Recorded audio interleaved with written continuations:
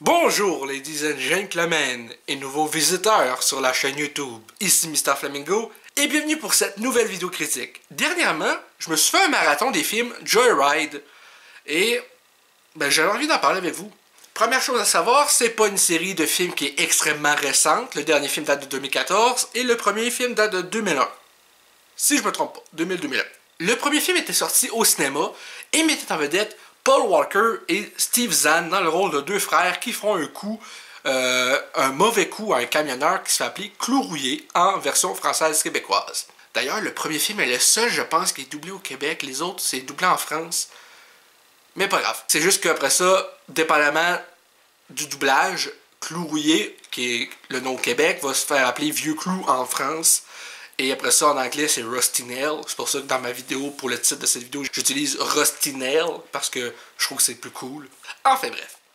Comme je le disais, le premier film est sorti en 2001 au cinéma, et les deux suites, la première suite qui est sortie en 2008, et la deuxième suite qui est sortie en 2014, c'est des films qui sont sortis en direct-to-video. Je me rappelle que j'ai vu le deuxième film, je pense, il y a 10 ans. Ça m'avait marqué parce que, il y a 10 ans, j'avais 12. Tu sais, je suis rendu à 22. Fait que, vous voyez pas, c'est une série de films qui, au Québec, est classée 16 ans et plus. Et je me rappelle, la raison pour laquelle j'ai pu voir ce film-là, c'est parce que de 2007 à 2011, mes parents ont été les propriétaires de dépanneur à Val-Alain. Et dans ce dépanneur-là, on avait une section avec le vidéo.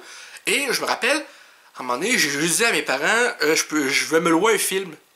Fait qu'ils me disent, OK. Fait que j'ai pas dit quel film j'allais louer. Je regarde le numéro, je m'en chercher le CD en arrière de la caisse. Tout va bien, j'écoute le film, et là, je me rappelle qu'il y a des scènes dans ce film-là qui m'ont vraiment foutu la chienne, là. Et honnêtement, je dirais que le premier est mon préféré de ces trois films-là. Et ce que j'aime avec cette franchise-là, c'est que Rusty Nail, quand on le voit à l'écran, c'est jamais genre, on voit jamais son visage, donc ça l'aide un peu vu qu'on sait que c'est pas le même acteur dans les trois films pour ce personnage-là, c'est tout le temps un acteur différent. Mais au cours des trois films, il y a toujours une voix un peu similaire parce que sa voix est rauque, est grave. Justement, j'aime l'idée qu'on le voit jamais vraiment dans un éclairage, tu sais, comme là vous me voyez bien. Donc, je trouve ça cool que dans ces films-là, on le voit genre juste vraiment dans le noir total. Que quand tu vois son visage, il y a tout le temps l'ombre de la calotte qui cache jusqu'ici, puis tu vois genre juste le bas. Ou quand il y a une cigarette dans la gueule. L'idée de ces films-là, justement, c'est que les protagonistes de chaque film vont provoquer le camionneur d'une certaine façon. Dans le premier film, c'est un coup que les deux frères décident de faire un genre de mauvais coup à Clou Rouillé parce qu'ils se disent « Ah, c'est un camionneur, c'est juste un camionneur comme ça », sans savoir que c'est un psychopathe. Paul Walker se fait passer pour une fille en changeant sa voix, parce que vous appelé en anglais Candy Cane.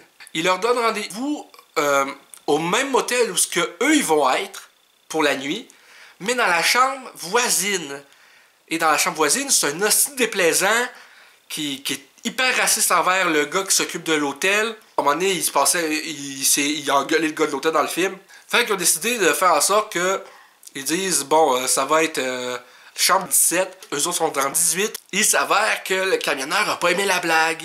Et on apprend que le lendemain matin, que le raciste s'est fait arracher le bas de la mâchoire carrément la veille à cause de Rusty Nail.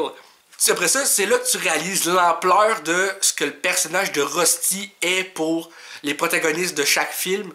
C'est les conséquences que ce qui semble bien anodin comme événement déclencheur. C'est vraiment le fun que ce soit genre fait de cette façon-là, en tout cas selon moi.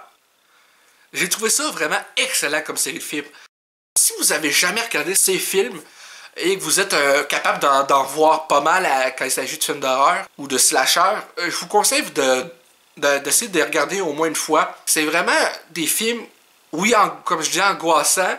Bizarrement, je peux pas m'empêcher de rire quand je regarde un film d'horreur et qu'il y a quelqu'un qui crève. Ce qui fait que si je regarde un film d'horreur avec quelqu'un puis que l'autre personne est genre ugh, puis que moi je commence à rire comme un estime malade, je me fais dévisager.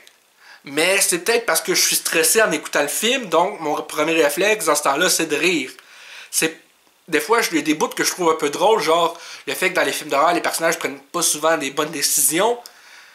Mais, veux pas, dans ces films-là, je trouve que les décisions sont pas forcément hyper bonnes, mais c'est déjà plus crédible que dans d'autres films slasher.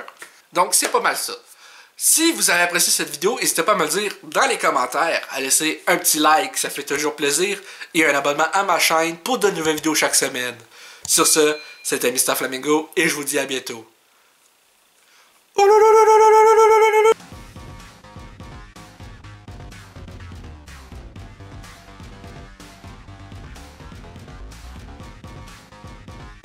Hey le grand, c'est quoi que t'attends pour t'abonner, sacrament?